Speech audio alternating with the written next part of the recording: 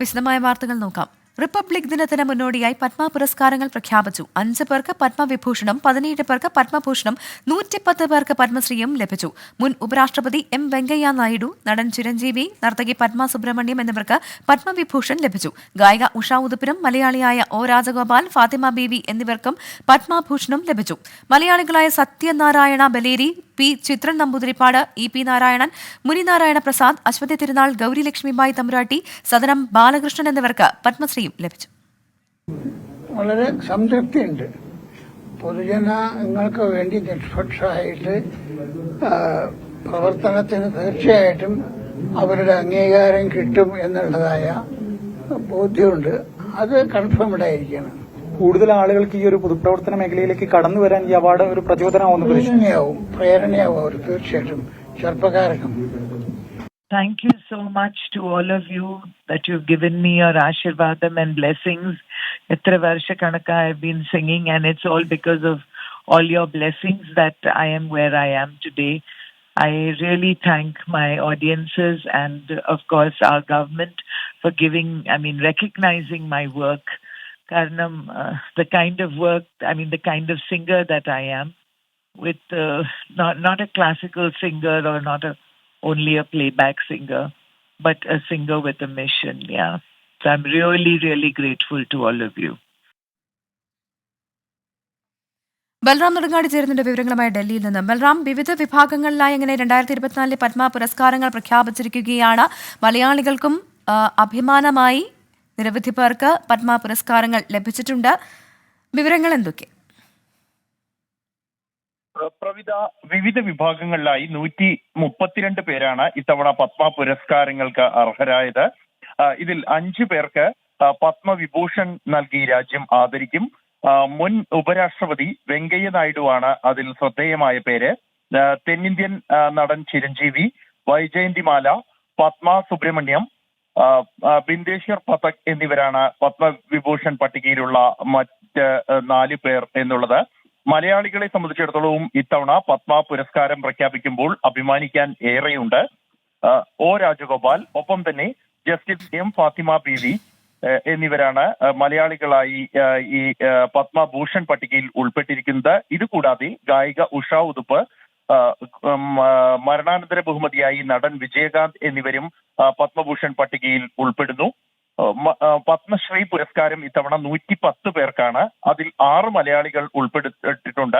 കാസർഗോഡ് സ്വദേശിയായ നെൽകർഷകൻ സത്യനാരായണ ബലേരി, ഒപ്പം തന്നെ തെയ്യം കലാകാരൻ നാരായണൻ ഇ പി, കഥകളി ഗുരു സദനം ബാലകൃഷ്ണൻ, മുനി നാരായണ പ്രസാദ്, അശ്വതി തിരുനാൾ, ഗൗരി ലക്ഷ്മിബായി തമ്പുരാട്ടി എന്നിവരെ കൂടാതെ ചിത്രൻ നമ്പൂതിരിപ്പാടിന് മരണാനന്തര ബഹുമതിയായി പത്മശ്രീ പുരസ്കാരം നൽകിയിട്ടുണ്ട്. കലാ, സാഹിത്യ, സാംസ്കാരിക, ആരോഗ്യ മേഖലകളിൽ നിന്നായി, ഇത്തരത്തിലുള്ള വിവിധ മേഖലകളിൽ നിന്നായി 132 പേർക്കാണ് ഇത്തവണ പത്മ പുരസ്കാരങ്ങൾ പ്രഖ്യാപിച്ചിരിക്കുന്നത്. പ്രവിധ. ശരി, ബൽറാം നെടുങ്ങാടിയാണ് വിവരങ്ങൾ നൽകിയത്. റിപ്പബ്ലിക് ദിനത്തിന് മുന്നോടിയായി പത്മ പുരസ്കാരങ്ങൾ പ്രഖ്യാപിച്ചു. റിപ്പബ്ലിക് ദിന സന്ദേശത്തിൽ കേന്ദ്ര സർക്കാരിന്റെ ഭരണ നേട്ടങ്ങൾ എടുത്തു പറഞ്ഞ് രാഷ്ട്രപതി ദ്രൗപദി മുർമു. പേരെടുത്തു പറയാതെ മണിപ്പൂർ സംഘർഷത്തെക്കുറിച്ചും രാഷ്ട്രപതി പരാമർശിച്ചു. റിപ്പബ്ലിക് ദിനത്തിലെ മുഖ്യാതിഥി ഫ്രഞ്ച് പ്രസിഡന്റ് ഇമ്മാനുവൽ മാക്രോണുമായി ജയ്പൂരിൽ പ്രധാനമന്ത്രി നരേന്ദ്രമോദി റോഡ് ഷോ നടത്തി. റിപ്പബ്ലിക് ദിനത്തോടനുബന്ധിച്ചുള്ള സൈനിക മെഡലുകളും പ്രഖ്യാപിച്ചു. രാജ്യത്തെ എല്ലാ പൗരന്മാർക്കും റിപ്പബ്ലിക് ദിന ആശംസകൾ നേർന്നുകൊണ്ടാണ് രാഷ്ട്രപതി ദ്രൗപദി മുർമുവിന്റെ റിപ്പബ്ലിക് സന്ദേശത്തിന്റെ തുടക്കം. ഇത് യുഗമാറ്റത്തിന്റെ കാലഘട്ടമെന്നും ജുഡീഷ്യറിയിലുള്ള വിശ്വാസത്തിന്റെ സാക്ഷ്യപത്രമാകും അയോധ്യയിലെ രാമക്ഷേത്രമെന്നും രാഷ്ട്രപതി. The construction of the temple commenced after the due judicial process and the decision of the highest court of the land. Now it stands as a grand edifice, giving a befitting expression not only of people's faith but also as a testament to people's enormous trust in judicial process. വനിതാ സംവരണ നിയമവും കായിക താരങ്ങളുടെ സംഭാവനകളും ശാസ്ത്ര സാങ്കേതിക രംഗത്തെ നേട്ടങ്ങളും രാഷ്ട്രപതി ചൂണ്ടിക്കാട്ടി. ചിലയിടത്ത് സ്വന്തം ഭാഗം ശരിയാണെന്ന് വാദിച്ച് പരസ്പരം ഏറ്റുമുട്ടുന്നുവെന്ന് പേരെടുത്തു പറയാതെ മണിപ്പൂരിനെയും രാഷ്ട്രപതി പരാമർശിച്ചു. റിപ്പബ്ലിക് ദിനത്തിന്റെ മുഖ്യാതിഥിയായി എത്തിയ ഫ്രഞ്ച് പ്രസിഡന്റ് ഇമ്മാനുവൽ മാക്രോണുമായി പ്രധാനമന്ത്രി ജയ്പൂരിലെ ജന്തർ മന്ദറിൽ നിന്ന് ഹവാമഹൽ വരെ റോഡ് ഷോ നടത്തി. റിപ്പബ്ലിക് ദിനത്തിന് മുന്നോടിയായി സൈനിക മെഡലുകളും പ്രഖ്യാപിച്ചു. 36 പേർക്ക് അതിവിശിഷ്ട സേവാ മെഡലും 85 പേർക്ക് വിശിഷ്ട സേവാ മെഡലും 6 പേർക്ക് കീർത്തിചക്രയും 8 പേർക്ക് ശൗര്യചക്രയും 53 സേനാ മെഡലുകളാണ് പ്രഖ്യാപിച്ചത്. 24 ഡൽഹി. രാജ്യത്തെ മതനിരപേക്ഷ റിപ്പബ്ലിക്കായി നിലനിർത്താൻ പ്രവർത്തിക്കണമെന്ന് മുഖ്യമന്ത്രി പിണറായി വിജയൻ. റിപ്പബ്ലിക് ദിനാശംസയിലാണ് മാനവികതയെ ഉയർത്തിപ്പിടിക്കണമെന്ന മുഖ്യമന്ത്രിയുടെ സന്ദേശം. ഭാരതത്തിന്റെ അന്തസത്ത ഉൾക്കൊണ്ട് ദേശീയ ലക്ഷ്യങ്ങൾ കൈവരിക്കാൻ ഒരുമയോടെ പ്രവർത്തിക്കണമെന്ന് ഗവർണറും ആശംസാ സന്ദേശത്തിൽ പറഞ്ഞു. ഭാവിയിലും ഇന്ത്യയെ മതനിരപേക്ഷ റിപ്പബ്ലിക്കായി നിലനിർത്തണം. അതിനായുള്ള പ്രതിജ്ഞ ഓരോ പൗരനും ആവർത്തിച്ചുറപ്പിക്കേണ്ട സന്ദർഭമാണ് ഈ റിപ്പബ്ലിക് ദിനമെന്ന് മുഖ്യമന്ത്രി പിണറായി വിജയൻ പറഞ്ഞു. ഭാരതീയതയുടെ അന്തസത്ത ഉൾക്കൊണ്ടും ജനാധിപത്യ മൂല്യങ്ങൾ പാലിച്ചും വികസിത ഭാരതം ഉൾപ്പെടെയുള്ള ദേശീയ ലക്ഷ്യങ്ങൾ കൈവരിക്കാൻ ഒരുമയോടെ പ്രവർത്തിക്കാമെന്ന് ഗവർണറുടെ റിപ്പബ്ലിക് ദിനാശംസ. തൊട്ടുകൂടായ്മയ്ക്കും ജാതി മത ലിംഗ വിവേചനങ്ങൾക്കുമെതിരെ വ്യക്തമായ നിലപാടുകൾ ഉറപ്പിക്കാനുള്ള സാമൂഹിക അവബോധമാണ് ഭരണഘടനയുടെ കാതലെന്ന് സ്പീക്കർ എൻ ഷംസീർ ആശംസാ സന്ദേശത്തിൽ കുറിച്ചു. വർഗീയത വളർത്തി ജനങ്ങൾക്കിടയിൽ ഭിന്നിപ്പുണ്ടാക്കി രാഷ്ട്രീയ നേട്ടം കൊയ്യാൻ ശ്രമിക്കുന്നവരെ പ്രതിരോധിക്കണമെന്ന് പ്രതിപക്ഷ നേതാവ് വി.ഡി. സതീശൻ ആശംസാ സന്ദേശത്തിൽ പറഞ്ഞു. 24 തിരുവനന്തപുരം. കുവൈറ്റിൽ ഈ മാസം 28 മുതൽ പുതിയ വ്യവസ്ഥകളോടെ ഫാമിലി വിസ പുനരാരംഭിക്കുമെന്ന് കുവൈറ്റ് ആഭ്യന്തര മന്ത്രാലയം അറിയിച്ചു. ഉപപ്രധാനമന്ത്രിയും പ്രതിരോധ മന്ത്രിയും ആക്ടിംഗ് ആഭ്യന്തരമന്ത്രിയുമായ ഷെയ്ഖ് ഫഹദ് യൂസഫ് സൌദ് അൽ സബാഹിന്റെ നിർദ്ദേശപ്രകാരമാണ് തീരുമാനം. എൻട്രി വിസ നൽകുന്നതിന് പുതിയ വ്യവസ്ഥകളും നിയന്ത്രണങ്ങളും ഏർപ്പെടുത്തുന്ന മന്ത്രിതല പ്രമേയം പുറപ്പെടുവിച്ചതിനെ തുടർന്നാണ് പുതിയ പ്രഖ്യാപനം. കുടുംബാംഗങ്ങളെ കുവൈറ്റിലേക്ക് കൊണ്ടുവരാൻ ആഗ്രഹിക്കുന്ന വ്യക്തികളുടെ ശമ്പളം 800 കുവൈറ്റി ദിനാറായി ഉയർത്തി. കൂടാതെ യൂണിവേഴ്സിറ്റി യോഗ്യത, അപേക്ഷകന്റെ തൊഴിൽ എന്നിവ പരിഗണിച്ചായിരിക്കും പുതിയ വിസ അനുവദിക്കുക. കുവൈറ്റിൽ സ്വകാര്യ മേഖലയിലെ ജോലി സമയം പ്രതിവാരം 42 മണിക്കൂറോ അല്ലെങ്കിൽ പ്രതിദിനം 7 മണിക്കൂറോ ആയി പരിമിതപ്പെടുത്തണമെന്ന് നിർദ്ദേശം. കുവൈറ്റിലെ പാർലമെന്റ് അംഗങ്ങളാണ് ഈ ആവശ്യം ഉന്നയിച്ച് നിർദ്ദേശം സമർപ്പിച്ചത്. റമദാൻ മാസത്തിൽ ജോലി സമയം പ്രതിവാരം 36 മണിക്കൂറായി പരിമിതപ്പെടുത്തുമെന്നും നിർദ്ദേശത്തിൽ പറയുന്നു. ഇതിനു പുറമെ പ്രതിദിനം 4 മണിക്കൂർ ജോലി ചെയ്താൽ ജീവനക്കാർക്ക് 1 മണിക്കൂർ വിശ്രമം നൽകാനും ഇത് ജോലി സമയമായി കണക്കാക്കരുതെന്നും നിർദ്ദേശമുണ്ട്.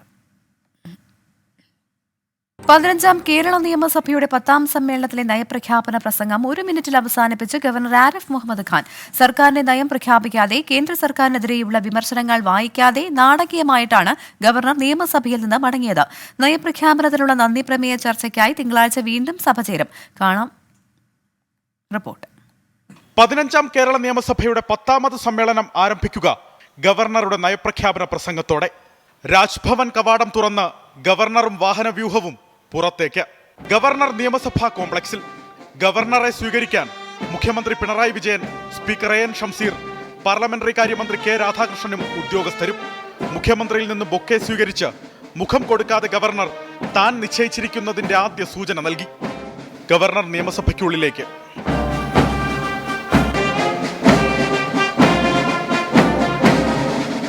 Honorable Speaker, Chief Minister, അഭിസംബോധനയ്ക്കു പിന്നാലെ 63 പേജുള്ള നയപ്രഖ്യാപനത്തിന്റെ ഒടുവിലത്തെ പാരാഗ്രാഫ് മാത്രം വായിച്ച് പ്രസംഗം അവസാനിപ്പിച്ച് ഗവർണർ സർക്കാരിനോടുള്ള തന്റെ അതൃപ്തിയുടെ ആഴം വെളിപ്പെടുത്തി.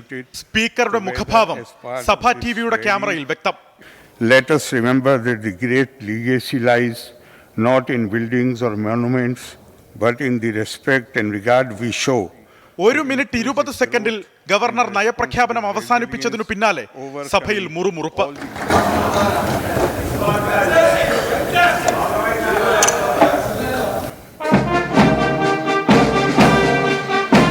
ഗവർണർ നിയമസഭയ്ക്ക് പുറത്തേക്ക്. ഗവർണറെ അനുഗമിച്ച് മുഖ്യമന്ത്രിയും സ്പീക്കറും പാർലമെന്ററി വകുപ്പ് മന്ത്രിയും. വാച്ച് ആൻഡ് വാർഡിനും ഉദ്യോഗസ്ഥർക്കുമിടയിലൂടെ മാധ്യമങ്ങൾക്ക് മുഖം നൽകാതെ കാറിൽ കയറി. ഗവർണറുടെ മുഖത്ത് നിർവികാരത.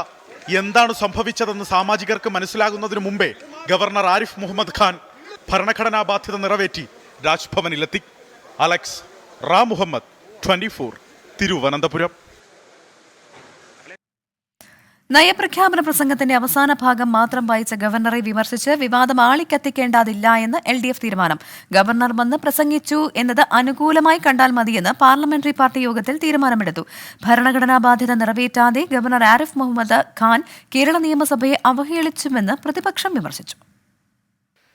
നവകേരള സദസ്സിന്റെ സമയത്ത് ഗവർണറെ കടന്നാക്രമിച്ച മന്ത്രിമാർ ഇന്ന് നയപ്രഖ്യാപന വിവാദത്തിൽ വിമർശനങ്ങളൊന്നും തൊടുത്തില്ല. ആ ആറ്റിക്കുറുക്കിയ അന്തസത്ത അവസാനത്തെ പാരഗ്രാഫിനകത്ത് ഭംഗിയായി തന്നെ ഉണ്ട്. ഞങ്ങളുടെ ഗവൺമെന്റിന്റെ കാഴ്ചപ്പാട് എന്താണ്, ഭരണഘടനയുടെ അടിസ്ഥാനത്തില ഫെഡറലിസം, ആ ഫെഡറലിസത്തിലെല്ലാം ഈ കാഴ്ചപ്പാടുകളെല്ലാം വരും. അത് അദ്ദേഹം എനിക്ക് തോന്നുന്നു വായിച്ച് മനസ്സിലാക്കി തന്നെ നന്നായി അത് വായിക്കുകയും ചെയ്തിട്ടുണ്ട്. ഗവർണറുടെ നിലപാടിൽ രാഷ്ട്രീയം കാണേണ്ടെന്നായിരുന്നു മന്ത്രി സജി ചെറിയാന്റെ പ്രതികരണം. ആരോഗ്യപരമായ പ്രശ്നമുണ്ടെങ്കിൽ ഗവർണർ അങ്ങനെ നടപടി സ്വീകരിക്കാൻ അവകാശമുണ്ട്. അതിനപ്പുറമൊന്നും കാണുന്നില്ല. ഇല്ലില്ല, പൊളിറ്റിക്കലായിട്ട് ഈ രീതിയിൽ നിലപാട് മയപ്പെടുത്താൻ കാരണം LDF പാർലമെന്ററി പാർട്ടി യോഗത്തിലെ തീരുമാനങ്ങളാണ്. പ്രസംഗത്തിലെ ഭാഗങ്ങളൊന്നും ഗവർണർ ഒഴിവാക്കിയിട്ടില്ല. സർക്കാരിനെതിരെ ഗവർണർ ഒന്നും പറഞ്ഞതുമില്ല. അതിനാൽ ഗവർണറെ വിമർശിച്ച വിവാദം ആളിക്കത്തിക്കേണ്ടതില്ലെന്ന് LDF പാർലമെന്ററി പാർട്ടി യോഗത്തിൽ തീരുമാനമെടുത്തു. എന്നാൽ EP ജയരാജന്റെ പ്രതികരണം രൂക്ഷമായിരുന്നു. യഥാർത്ഥത്തിൽ ഗവർണർ കേരള ജനതയോടും നിയമസഭയോടും ഭരണഘടനയോടും അനാദരവാണ് കാണിച്ചത്. ഗവർണർ സർക്കാർ പോര് നാടകമെന്ന് ആവർത്തിച്ച പ്രതിപക്ഷം ഗവർണറെയും സർക്കാരിനെയും ഒരുപോലെ കുറ്റപ്പെടുത്തുകയാണ്. സർക്കാരും ഗവർണറും തമ്മിൽ കുറേ നാളുകളായി നടക്കുന്ന രാഷ്ട്രീയ നാടകത്തിൻ്റെ പരിതാപകരമായ അന്ത്യമാണ് ഇന്ന് നിയമസഭയിൽ നടന്നത്. ഈ ഗവൺമെൻറ്റിൻ്റെ സ്ഥിതി മുഴുവൻ പ്രതിഫലിക്കുന്ന ഒരു നയപ്രഖ്യാപന പ്രസംഗമാണ് ഇന്ന് ഗവർണർക്ക് വേണ്ടി വായിക്കാൻ വേണ്ടി സർക്കാർ എഴുതി തയ്യാറാക്കി കൊടുത്തത്. ഗവർണറുടെ അതൃപ്തി സർക്കാരിന്റെ മുഖത്തേറ്റ അടിയാണെന്നായിരുന്നു BJPയുടെ പ്രതികരണം. 24 തിരുവനന്തപുരം. സാമ്പത്തിക ഉപരോധം ഏർപ്പെടുത്തിയ കേന്ദ്ര നടപടിയിൽ രൂക്ഷ വിമർശനവുമായി നയപ്രഖ്യാപന പ്രസംഗം. എന്നാൽ മറ്റു വിഷയങ്ങളിൽ കേന്ദ്ര സർക്കാരിനെതിരെ വിമർശനം മയപ്പെടുത്തിയാണ് നയപ്രഖ്യാപനം. സംസ്ഥാന സർക്കാരിന്റെ പദ്ധതികളും വികസന നേട്ടങ്ങളും ഉയർത്തിക്കാട്ടിയാണ് പ്രസംഗം തയ്യാറാക്കിയത്. സംസ്ഥാന സർക്കാർ പല വെല്ലുവിളികൾ അതിജീവിച്ചാണ് അതിശയകരമായ നേട്ടങ്ങൾ കൈവരിച്ചത്. സാമ്പത്തിക കാര്യങ്ങളിൽ കേന്ദ്രവും സംസ്ഥാനവും തമ്മിൽ അസമത്വം നിലനിൽക്കുന്നുണ്ട്. ഇതുമൂലമാണ് സംസ്ഥാനത്ത് പണഞ്ഞെരുക്കമുണ്ടായത് എന്നായിരുന്നു വിമർശനം. സംസ്ഥാനങ്ങളുമായി താരതമ്യപ്പെടുത്തുമ്പോൾ വിഭവ സമാഹരണത്തിന് ഗണ്യമായ സ്രോതസ് കേന്ദ്രത്തിനുണ്ട്. സംസ്ഥാനങ്ങൾ അവയുടെ വരുമാനമുണ്ടാക്കാനുള്ള സ്രോതസ്സുകളുടെ പരിമിതി കടന്ന് വികസന ചെലവുകൾ ഏറ്റെടുക്കാൻ നിർബന്ധിതരാകുന്നുവെന്നും നയപ്രഖ്യാപന പ്രസംഗത്തിൽ പറയുന്നു. ഇത് കാലക്രമേണ സംസ്ഥാനങ്ങളുടെ ധനസ്ഥിതിയെ പരിമിതപ്പെടുത്തി. GST നഷ്ടപരിഹാരം നിർത്തലാക്കിയതും റവന്യൂ ഗ്രാന്റിൽ വന്ന കുറവും സാമ്പത്തിക മേഖലയെ പ്രതികൂലമായി ബാധിച്ചെന്നും വിമർശനം. സംസ്ഥാനത്തിന്റെ ബജറ്റിന് പുറത്തുള്ള കടമെടുപ്പിൽ കേന്ദ്രം ഏർപ്പെടുത്തിയ നിയന്ത്രണവും നയപ്രഖ്യാപനത്തിൽ വിമർശന വിധേയമായി. NCERT പാഠപുസ്തക പരിഷ്കരണവും നയപ്രഖ്യാപനത്തിൽ പരാമർശിക്കുന്നുണ്ട്. എന്നാൽ മറ്റു വിഷയങ്ങളിൽ കേന്ദ്ര സർക്കാരിനെതിരായ വിമർശനം മയപ്പെടുത്തി. വംശഹത്യയെ അപലപിക്കുന്നു എന്ന പരാമർശമുണ്ടെങ്കിലും മണിപ്പൂരിന്റെ പേരെടുത്ത് പറയാതെയായിരുന്നു വിമർശനം. കേന്ദ്രത്തിനെതിരെയുള്ള വിമർശനത്തിന് മൂർച്ച പോരെന്ന ആരോപണം ഇതിനോടകം പ്രതിപക്ഷം ഉന്നയിച്ചിട്ടുണ്ട്. കേരളീയവും നവകേരളവും ഉൾപ്പെടെയുള്ള സർക്കാർ പരിപാടികളും പദ്ധതികളും പരാമർശിച്ചു. സർക്കാർ വികസനപാതയിലാണെന്ന് സൂചിപ്പിച്ചായിരുന്നു നയപ്രഖ്യാപന പ്രസംഗം. 24 തിരുവനന്തപുരം. കടമെടുപ്പ് പരിധി വെട്ടിക്കുറച്ചതിനെതിരെ കേരളം സുപ്രീം കോടതിയിൽ നൽകിയ ഹർജിയിൽ സംസ്ഥാന സർക്കാരിന്റെ വാദങ്ങൾ നിഷേധിച്ചു കേന്ദ്ര സർക്കാർ. വാദത്തിൽ ചൂണ്ടിക്കാട്ടുന്നത് പോലുള്ള അടിയന്തര സാഹചര്യം നിലവിലില്ലെന്നും മറ്റൊരു സംസ്ഥാനത്തും ഇത്തരം പ്രശ്നമില്ലെന്നും അറ്റോർണി ജനറൽ സുപ്രീം കോടതിയിൽ വാദിച്ചു. ഹർജി ഉടൻ പരിഗണിക്കണമെന്ന് കേരളത്തിനു വേണ്ടി ഹാജരായ അഭിഭാഷകൻ കപിൽ സിബൽ ആവശ്യപ്പെട്ടു. ഇടക്കാല ഉത്തരവ് തേടിയുള്ള ഹർജിയിൽ ഒരാഴ്ചയ്ക്കകം വിശദീകരണം നൽകാൻ കേന്ദ്ര സർക്കാരിനോട് കോടതി നിർദ്ദേശിച്ചു. ഹർജി അടുത്ത മാസം 13 പരിഗണിക്കും. ഇന്ത്യ മുന്നണിയെ ആശങ്കയിലാക്കിയ ബീഹാർ രാഷ്ട്രീയ നാടകങ്ങൾ. ബീഹാർ മുഖ്യമന്ത്രി നിതീഷ് കുമാർ NDA മുന്നണിയിലേക്ക് നീങ്ങുന്നതായി റിപ്പോർട്ട്. പട്നയിൽ JDUവും RJDയും നിർണായക നേതൃയോഗങ്ങൾ ചേർന്നു. പ്രശ്നപരിഹാരത്തിനായി ലാലു പ്രസാദ് യാദവ് നിതീഷ് കുമാറുമായി സംസാരിച്ചു. സോഷ്യലിസ്റ്റ് നേതാവ് കർപ്പൂരി ഠാക്കൂറിന് ഭാരത് രത്ന പുരസ്കാരം കേന്ദ്ര സർക്കാർ പ്രഖ്യാപിച്ചതിന് പിന്നാലെയാണ് ബീഹാർ രാഷ്ട്രീയം വീണ്ടും കലുഷിതമായത്. താനും കർപ്പൂരി ഠാക്കൂറും കുടുംബ രാഷ്ട്രീയത്തിന് വേണ്ടി പ്രവർത്തിച്ചവരല്ല, എന്നാൽ അതിനു മാത്രം പ്രവർത്തിക്കുന്ന ചിലർ നമുക്കൊപ്പമുണ്ടെന്ന് പൊതുവേദിയിൽ ലാലു प्रसाद यादव उन्नम വെച്ച नीतीश कुमार ने ओलियंबा। जननायक कर्पूरी ठाकुर जी अपने किसी परिवार को कुछ करते थे। आजकल लोग परिवार का लोग कितना करते रहता है, नेता बनता है। और जब उतने बड़े नेता थे वो अपने किसी लड़के को करने नहीं तो चले गए, तभी हम इनको കാറ്റുപോലെ രാഷ്ട്രീയം മാറുന്ന സോഷ്യലിസ്റ്റ് നേതാവാണ് നിതീഷ് കുമാർ എന്ന എക്സ്പോസ്റ്റിലൂടെ ലാലുവിന്റെ മകൾ രോഹിണി ആചാര്യ മറുപടി നൽകി. ഇതിനു പിന്നാലെ നിതീഷുമായി ആഭ്യന്തരമന്ത്രി അമിത്ഷാ ഫോണിൽ ചർച്ച നടത്തിയതായി റിപ്പോർട്ടുകൾ വന്നു. ബീഹാർ BJP അധ്യക്ഷൻ സാമ്രാജ് ചൗധരി JDU നേതാവ് KC ത്യാഗിയുമായി ഫോണിൽ സംസാരിച്ചു. എല്ലാ JDU MLA-മാരെയും പട്നയിലേക്ക് വിളിപ്പിച്ചു. പ്രശ്നപരിഹാരത്തിനായി ലാലു പ്രസാദ് യാദവ് നിതീഷ് കുമാറുമായി ഫോണിൽ സംസാരിച്ചു. വൈകിട്ട് നിതീഷിന്റെ വീട്ടിൽ JDU ഉന്നത നേതാക്കളും റാബ്രി ദേവിയുടെ വീട്ടിൽ RJD നേതൃത്വവും യോഗം ചേർന്നു. JDU MLA-മാരെ അടർത്തിയെടുക്കാനുള്ള സാധ്യതകളും RJD പരിശോധിക്കുന്നതായാണ് വിവരം. ബീഹാറിന്റെ ചുമതലയുള്ള BJP ദേശീയ ജനറൽ സെക്രട്ടറി വിനോദ് താവ്ഡെ, സംസ്ഥാന അധ്യക്ഷൻ സാമ്രാജ് ചൗധരി, നിതീഷുമായി അടുത്ത ബന്ധമുള്ള മുതിർന്ന നേതാവ് സുശീൽ കുമാർ മോദി എന്നിവരെ BJP നേതൃത്വം ഡൽഹിക്ക് വിളിപ്പിച്ചിട്ടുണ്ട്. 24 ഡൽഹി. രാഹുൽ ഗാന്ധിയുടെ ഭാരത് ജോഡോ ന്യായ് യാത്രയ്ക്കെതിരെ ഗുരുതര ആരോപണവുമായി അസം മുഖ്യമന്ത്രി ഹിമന്ത ബിശ്വ ശർമ്മ. അയോധ്യയിലെ പ്രതിഷ്ഠാ ചടങ്ങിനിടെ അസമിൽ വർഗീയ സംഘർഷമുണ്ടാക്കാൻ കോൺഗ്രസ് ഗൂഢാലോചന നടത്തിയെന്ന് ഹിമന്ത ബിശ്വ ശർമ്മ ആരോപിച്ചു. ഭാരത് ജോഡോ ന്യായ് യാത്ര ബംഗാളിലെത്തി. ഭാരത് ജോഡോ ന്യായ് യാത്രയ്ക്കിടെയുണ്ടായ സംഘർഷത്തിൽ രാഹുൽ ഗാന്ധി അടക്കമുള്ളവർക്കെതിരെ രജിസ്റ്റർ ചെയ്ത കേസ് ക്രിമിനൽ ഇൻവെസ്റ്റിഗേഷൻ ഡിപ്പാർട്ട്മെന്റിന് കൈമാറിയതിന്റെ കാരണം വിശദീകരിച്ചുകൊണ്ടാണ് അസം മുഖ്യമന്ത്രി ഹിമന്ത ബിശ്വ ശർമ്മ ഗുരുതര ആരോപണങ്ങൾ ഉന്നയിച്ചത്. അയോധ്യയിലെ പ്രാണപ്രതിഷ്ഠാ ചടങ്ങിനിടെ വർഗീയ സംഘർഷമുണ്ടാക്കാൻ ഭാരത് ജോഡോ ന്യായ് യാത്രയിലൂടെ ലക്ഷ്യമിട്ടിരുന്നുവെന്നും അതിനായി ഗൂഢാലോചന നടന്നുവെന്നും ഹിമന്ത ബിശ്വ ശർമ്മ ആരോപിച്ചു. लेकिन उनका बहुत बड़ा कॉन्स्पिरेसी था कि राम मंदिर का प्राण प्रतिष्ठा का समय में असम से गुजरे और असम में बहुत बड़ा क्लैश हो जाए. റൂട്ട് മാറിയതിനെ തുടർന്ന് ഭാരത് ജോഡോ ന്യായ് യാത്രയ്ക്കെതിരെ രജിസ്റ്റർ ചെയ്ത കേസിൽ PCC അധ്യക്ഷൻ ബുബിൻ കുമാർ ബോറയ്ക്ക് ഈ മാസം 31-ന് ചോദ്യം ചെയ്യലിന് ഹാജരാകാൻ ആവശ്യപ്പെട്ട് ജോർഹത്ത് പോലീസ് നോട്ടീസ് അയച്ചു. ബംഗാളിൽ ഒറ്റയ്ക്ക് മത്സരിക്കുമെന്ന മമതാ ബാനർജിയുടെ പ്രഖ്യാപനത്തിനിടെ യാത്ര ബംഗാളിലെത്തി. മമതയുമായുള്ള പ്രശ്നങ്ങൾ ചർച്ചയിലൂടെ പരിഹരിക്കാൻ കഴിയുമെന്ന പ്രതീക്ഷയിലാണ് കോൺഗ്രസ്. कि हमारे देश की राजनीति में ममता जी का एक विशेष स्थान है और अलग से पहचान है. तो मुझे पूरा विश्वास है कि ममता जी भी चाहती है बीजेपी को हराने को, हम भी चाहते हैं कि बीजेपी को हराए. അടുത്ത 2 ദിവസം ഭാരത് ജോഡോ ന്യായ് യാത്രയ്ക്ക് അവധിയാണ്. ഈ സമയം രാഹുൽ ഗാന്ധി അടക്കമുള്ള നേതാക്കൾ മമതയുമായി ചർച്ച നടത്താനാണ് നീക്കം. 24 ഡൽഹി. കരുവന്നൂർ സഹകരണ ബാങ്കിലെ നിക്ഷേപ തുക തിരികെ ലഭിക്കാതായതോടെ ദയാവധത്തിന് അനുമതി തേടിയ ജോഷി ആന്റണിക്ക് പണം തിരികെ നൽകും. മുഴുവൻ തുകയും നൽകാൻ ബാങ്ക് അധികൃതർക്ക് മന്ത്രി VN വാസവൻ നിർദ്ദേശം നൽകി. ഫ്ലവേഴ്സ് ഒരു കോടിയിൽ ദുരവസ്ഥ വിവരിച്ച് ജോഷി ആന്റണി പങ്കെടുത്തതിന് പിന്നാലെയാണ് ഇടപെടൽ. തന്റെ കുടുംബാംഗങ്ങൾ നിക്ഷേപിച്ച തുകയടക്കം തിരികെ ലഭിക്കണമെന്ന് ജോഷി ആന്റണി പ്രതികരിച്ചു. ഫ്ലവേഴ്സ് ഒരു കോടി ഇമ്പാക്ട്.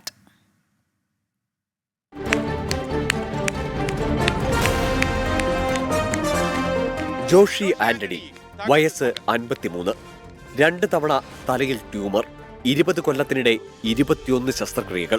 രോഗങ്ങളെ മനോധൈര്യം കൊണ്ട് നേരിട്ടപ്പോൾ തളർത്തിയത് കരുവന്നൂർ സഹകരണ ബാങ്ക്. ജീവിത സമ്പാദ്യമായ 84 ലക്ഷം രൂപയാണ് ജോഷി ആന്റണിക്ക് കരുവന്നൂരിൽ നഷ്ടമായത്.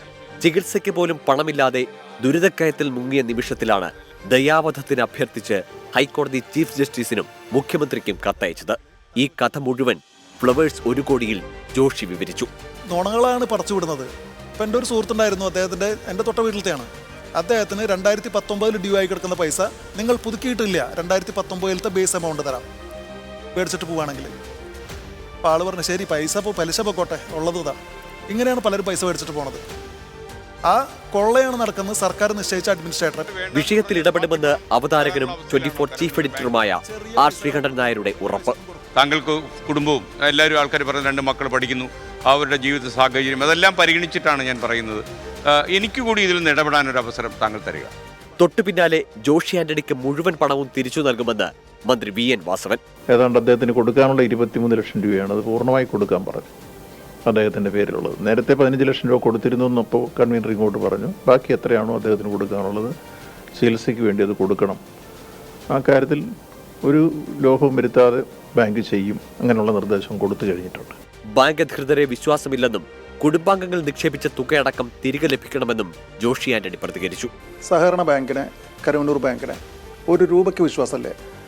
എൻ്റെ കുടുംബത്തിനും മൊത്തം അവർ വാഗ്ദാനം ചെയ്താൽ 23 ലക്ഷം രൂപ. ഇവരെങ്ങനെ കണക്കുണ്ടാക്കണം? എൻ്റെ മുകളിൽ ഞാനൊരു അക്കൗണ്ടൻ്റാണ്, എൻ്റെ കയ്യിൽ കണക്കുണ്ട്, കൃത്യമായിട്ട് ഇന്ന് വരെയുള്ള കണക്ക് എൻ്റെ കയ്യിലുണ്ട്.